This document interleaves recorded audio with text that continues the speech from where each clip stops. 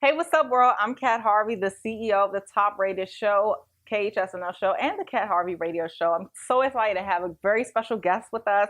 She needs no introduction. She's a chef, she's an entrepreneur, and she's going to show us some cooking and chef skills that you guys can do at home. Please welcome the one and only, the lovely Miss Chef Shan, aka they call you Frankie May, Frankie right? May. Okay. Okay. Yes, So what's yes. been going on? So much.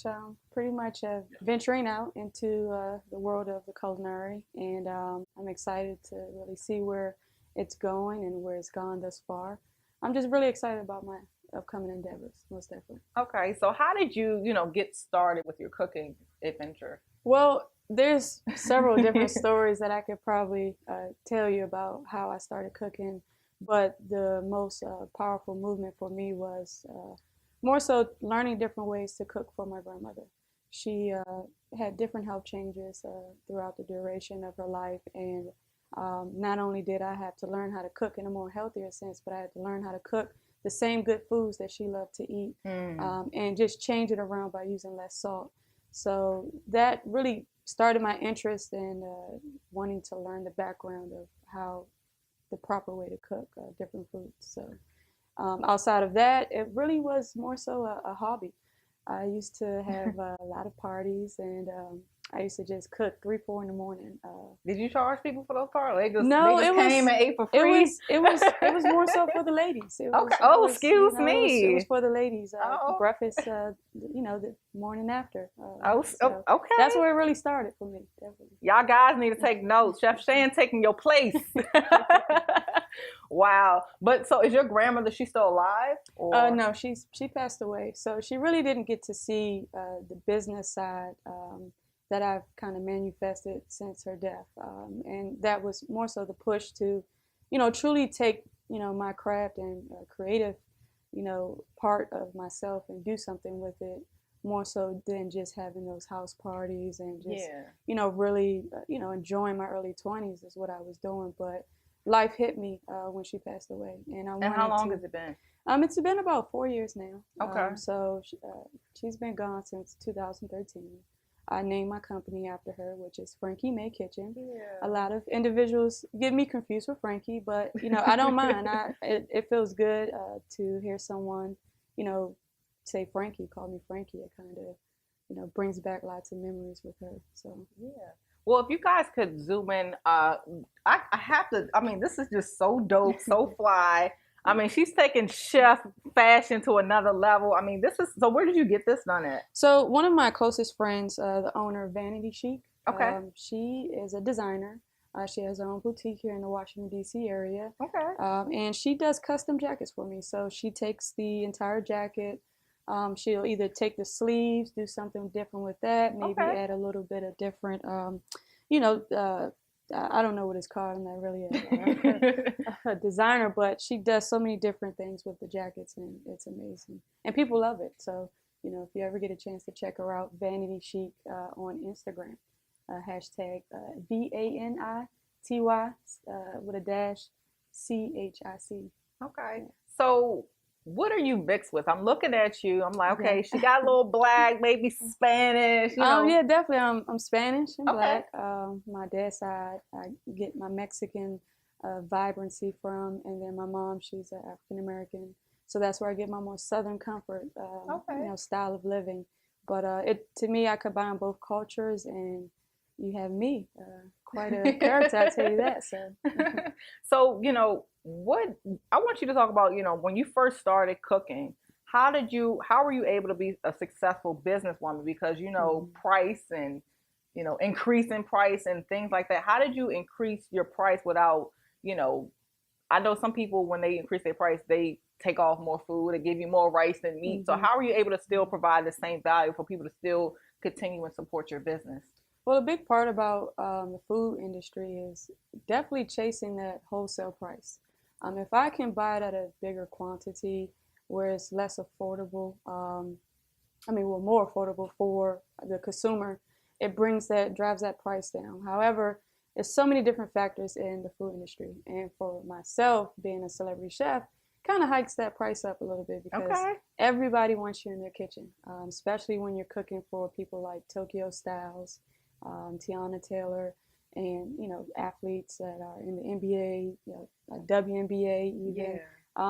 It becomes a hot commodity, and you pretty much, it's hard to kind of dictate those prices. But what I do is try to keep my product cost low, so that way I'm not charging the customer too much, which it's really tough. Sometimes people want lobster, steak, shrimp on a $9.99 budget. Right, and, exactly. It doesn't work, but it's really hard to kind of keep that price low. But we try to by finding ways as far as labor and product costs. Okay. So what are some, quick, if I know people, it's hot outside, people want to have gatherings. What are some, top 3 or top 5 little snacks that people can easily like make from home? Like if they're having a large gathering, would you suggest? Well, I'm really big on vegetables. As a kid, I never liked vegetables. However, now I can eat everything except for carrots. My grandmother forced those down my throat. But one of my favorites, which are the avocado stacks. Okay. Fresh fruit. Just takes a couple of avocados, some pineapples, mangoes, tomatoes, and onions. A little bit of limes. And you pretty much are making a nice, unique stack, as if it was a crab stack, where you have your crab meat, a little bit of salt and pepper, a very light, refreshing appetizer for the summer. Most definitely. Okay. So I want to ask you, what's the hardest part for you, running the business? And did you have to get rid of some people? Well, yeah, most definitely. I think you have to put yourself in the room with people who are just like you, in order to be successful in life.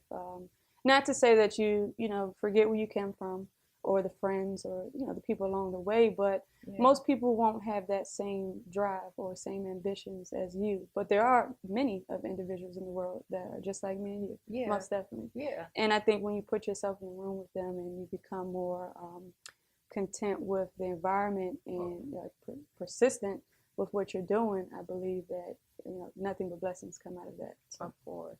So when you're dealing with, I know I've dealt with a lot of celebrity people, Tokyo Styles, me, him, and Chris. Yeah. We're like Chris, this. Yes.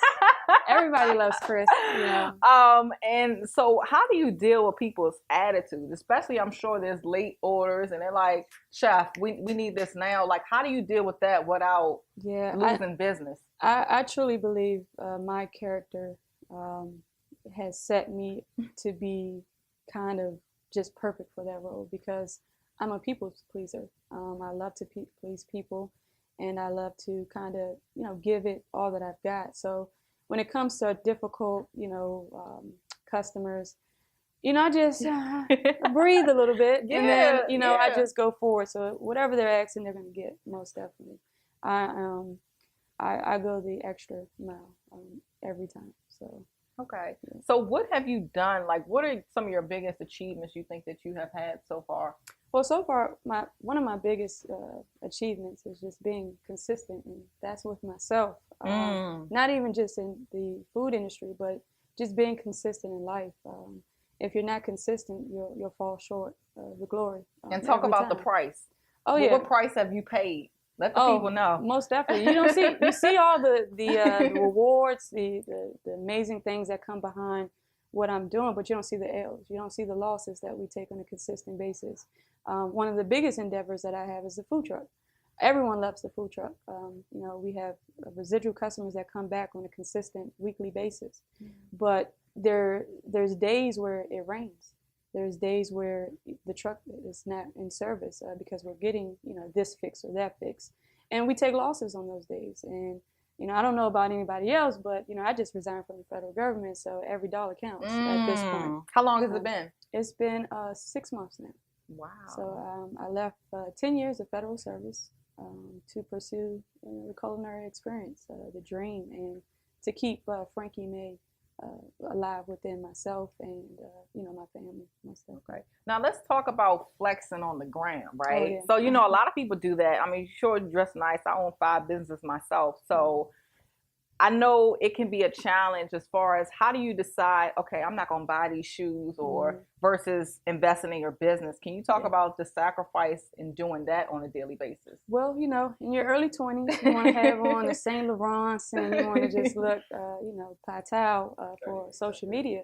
However, I guess doing that from 20 to 25, which I jumped out there with my business, I learned that instead of taking that $1,000 and love the nightclub every Saturday, take that $1,000 and put it towards something that really can, make something longevity. Yeah. Because the shoes aren't going to last that long. They're going to get, wear and tear, eventually. But that investment that I took, the patience and the years of just putting my money back into my business rather than my personal appearance, because you keep yourself looking good, Right, but of course. a piece of clothes don't make you feel good. It's what you personally have at the end of the day, within that creates, self, self-reflection of feeling good. So, Yeah. So what do you think people love most about you? I think my charm. I think they love my The charm. ladies. The charm, my personality. I couldn't tell you too many people that may hate or dislike me. If they do, I couldn't tell you why. I'm just not that type of person that doesn't come off lovable. Okay. And that's being a Leo. Okay. Leos are, we're probably the best zodiac sign, created. So. Okay. So how did you take it? You like women. Yes. So how has that been for you, especially being accepted, by your family? Was that hard? No, not really. My sister decided to tell the world Okay. that I was, I like women. Yeah. I did hide under it for a couple of years because I just didn't know how growing up in a family where you didn't have too many gays, how they would take it. But that was just me not being, open and with myself, because my family is the most lovable family you'll ever get. You could come into our house today and everybody love you like we've been friends for years. Wow. So that's just really how my family is. But coming out into the world was something big for me because I do care how people view me. Everybody does. Most definitely. And Yeah. The perception, the backlash that the world tends to create that you'll get behind it, it's not really as bad as people think. So I just really kind of just jumped off the ledge, took that leap of faith with everything, sexuality, my career at cooking, and just many things. You got to take a leap of faith in life. So Yeah. So I wanted to ask you, when you first, how does somebody say? I know the truck probably cost you some money. Yes. So what was the process like when you first started to getting your truck? Because a lot of people want to be in your shoes, but they don't necessarily know how to go from, cooking in the kitchen and now you got your own truck. So can you explain, I guess, the easy steps, well, not easy steps, but the steps to take to get from there to here? Well, I personally can say that I've planned this for about almost a year. I was looking for a way to resign from the federal government, but supplement that loss in funds. Of course, benefits, things like that. You have to take a lot into account.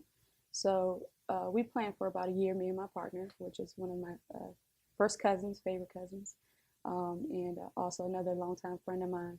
We sat down in a room probably for about a year, going back and forth about whether this could happen this way, or the financial burden that this could bring. We looked at so many different clauses that led us to actually jumping out there and pursuing it. It's not an easy process.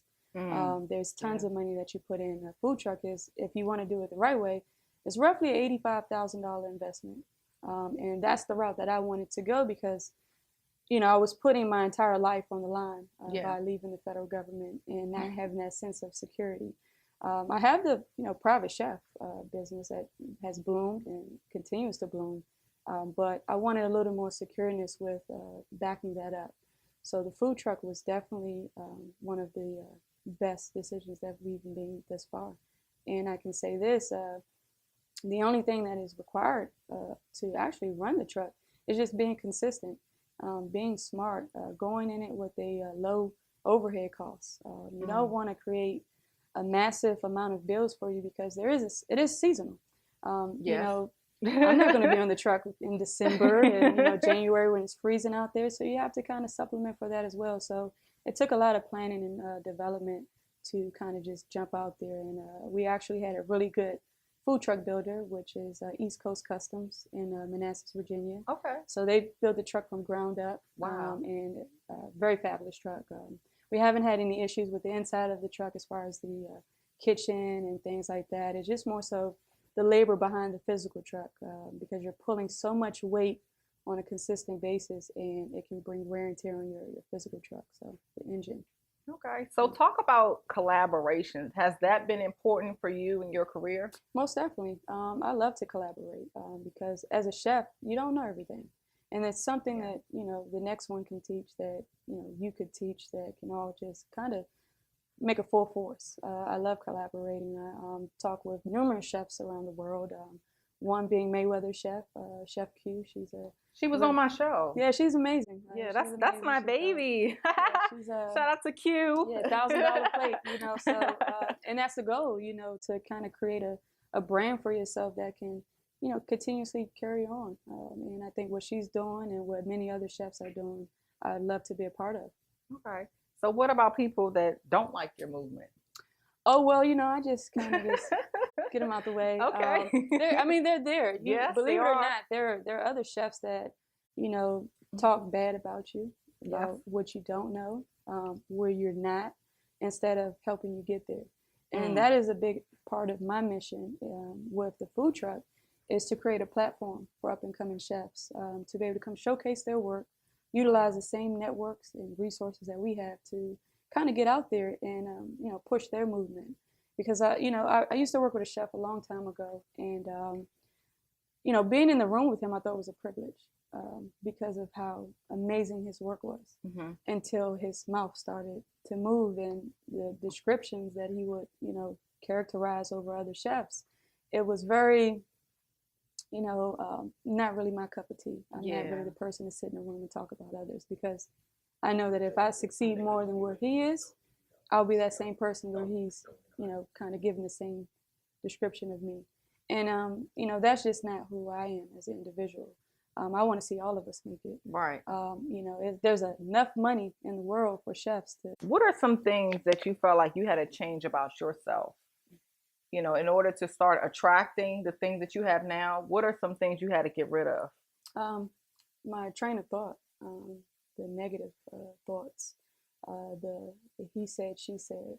I had to throw that out the window, because, caring about what people say can, majorly affect your life. It can put you at a halt, a standstill, because you care so much more about what the next person says. Yeah. And not that I still don't do that. However, I've learned to kind of really put together a way of thinking where, at the end of the day, I know I did my best. Yeah. Where I allow everyone else's opinion to be the second and not the first. So, in trial and error, when you go through trial and error with anything in life, you have to learn from it. Yeah. So definitely. I took a lot to really learn from things that I was doing, because you'll do something and you'll get the message, but you'll do it again, and you're not really learning how to accept what God is really trying to show you. So I think that was a major part of progressing with the cooking and just life period, is that I had to learn how to accept what was not meant for me. Yep. And continuously progress with what was. So when do you think you saw God's favor on you the most? Well, I think the biggest thing was courage. I really saw how much courage he gave me out of, all my siblings and my family members, because I'm very family oriented. And I just saw how maybe I was the one that, could take, my family somewhere that I wanted to be outside of where we are. And not to say that, we had a really rough childhood or anything. We were very blessed, but you always might want more. Yes, and of course. I just felt like he gave me a little bit more courage to be able to manifest that and make it happen. Yeah. Okay. So what are, people that want to be chefs and entrepreneur like yourself, is there anything that you would have done over or done differently, knowing what you know right now? Yeah. Well, I would say this. I would definitely had, chosen a little less near focus route. And when I say that, I mean celebrity route. I mean, you walk down the street, random people are walking up to you, they know you. It's a little uncomfortable, it's a little uncomfortable. I'm not really a spotlight type of person. Yeah. I love attention, that's, I'm sure you I do. love attention. However, some attention can be wrong attention, Yeah, of course. and it can stir away loved ones, and it's a difficult life to live. Being in the spotlight can be very difficult, and it makes you have to be forced to make different choices that you may not want. But at the end of the day, it's only to protect the ones around you. So I think I would maybe choose not to be so famous. Okay. So how did what's the best way you think people can market, their business or Mhm. brand to celebrities? 'Cause I know a lot of people, they ask me, they may ask you, Mhm. well, chef, how can I get this to, this person or that person? So what were some of the ways that you used besides, of course, posting and word of mouth? Yeah, I mean, really, word of mouth is probably to me the number one way to solicit your work.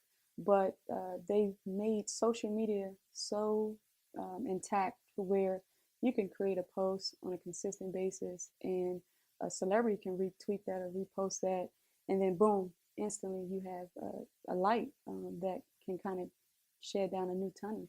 So I truly believe my biggest things were social media, and also just word of mouth, and continuously being consistent with making sure everyone knows what FMK stood for. So Okay. Okay. So talk about, your branding. What upcoming products or what vision do you have for your company now?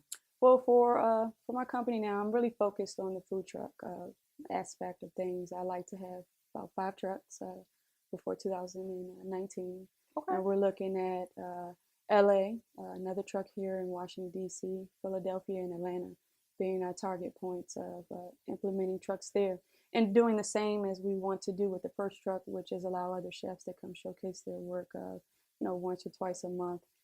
But that's really where I'm focused at, is creating that program, Mm. that mentorship I've with never other heard chefs. anybody say that. Well, it's different. It is. You have a lot of people who want to do it, and I can say it's really tough to kind of put something like this together. Um, I'm trying to build a team right now that will help execute that mission. So that means you're gonna move to LA? Oh, most definitely. Ah, look Most you. definitely. Don't Most beat definitely. me there first. Most definitely. Most definitely. That's the goal. Yeah, that's gonna be great. I mean, your vision, I see nothing but great things for you, first of all. And I've been watching you for a very, very long time. I've never even heard of you. So I asked Q, I asked, Crab Balls, I asked Chris, Tokyo, all these people about you because Mhm. I just don't believe in bringing anybody, any Right. fluff on my show, nothing to Mhm. begin with. But so have you done a lot of interviews before? I've done smaller interviews, Yeah. CTV News. I I don't turn down a lot of interviews. It's more so just my schedule that kind of doesn't really imply. Yeah. I mean, I know I have to find time for it, because especially if I want to get that mission out, and Yeah. get that across the globe, it's definitely a necessity. Now, do you have a vision board? Yes, Did it work for you? most definitely. Like Yes. what? I would say the biggest thing that worked on that vision board was the food truck. Um, we started doing one, and I do one personally for myself, my own goals. But when it comes to business, I like to kind of lay out the direction that I want to go, the time frame. Hmm. And even if I don't hit that target, um, one setback is not a setback. It's a way forward.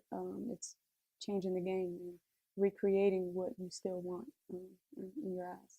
Now, did you have any of your friends, before we wrap up, any of your friends who didn't support you in the beginning? Like, how did you take that? Because I know a lot of people, including me, when I started my first business back when I was Mm-hmm. 16, I'm now 27, so it's been a minute. Mm-hmm. Um, how did you take that as far as figuring out, okay, I'm gonna leave this person alone or I'm not? How did you Mm-hmm. take that when some people didn't support you?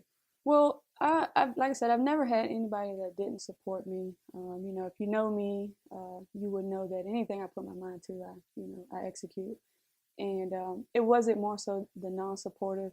It was really the push from my family that I wanted to leave the government And Mm. you have older my aunts, my mom, even my mom. She, you got health insurance now. Yeah, And, exactly. don't leave that That now. comfort, yeah. So that to not have the just do it, Shannon, was more so my struggle, because like I said, my family is everything, and I listen to everything they say, and I take heed to everything, because we've always been so close. Okay. And I think really when they got tired of me saying that I wanted to leave, they were just like, you know what, just go. just do it, do whatever makes you happy. And at the end of the day, they see that how happy I am, regardless whether it's a good day out there or a bad day. I'm doing what I want, and that is the most greatest feeling of all time. Okay, before we wrap up, what's the one ultimate thing Chef Shan has on her list that has to get done? If God said you got a year left to live, what's that one thing you would have to get done? I would probably marry Rihanna. Possibly. I mean, I love her. Besides Rihanna. I think one of my biggest things is to have a more so sports bar franchise. A big part of me, from my past, I like to party, and I come from, two different styles of living, the Spanish and the, African American side. And when you collaborate that together, I mean, we're something else. So Yeah. I feel like I really want to kind of get that out there by the time I'm, 40s in that time frame. So a brick and mortar, sports bar kind of feels like my route to go. Yeah. So okay. Yeah. All right. Well, can you tell the world where they can find and connect with you? Well, you can connect with me at FrankieMay_kitchen on Instagram, or you can shoot us over a email or check out our website at www.fmkthefoodtruck.com. You guys, make sure you continue to watch and make sure you subscribe to my channel, Kat Harvey SN on YouTube. And definitely remember, success, nothing less. I'm Kat Harvey signing off. Thank you.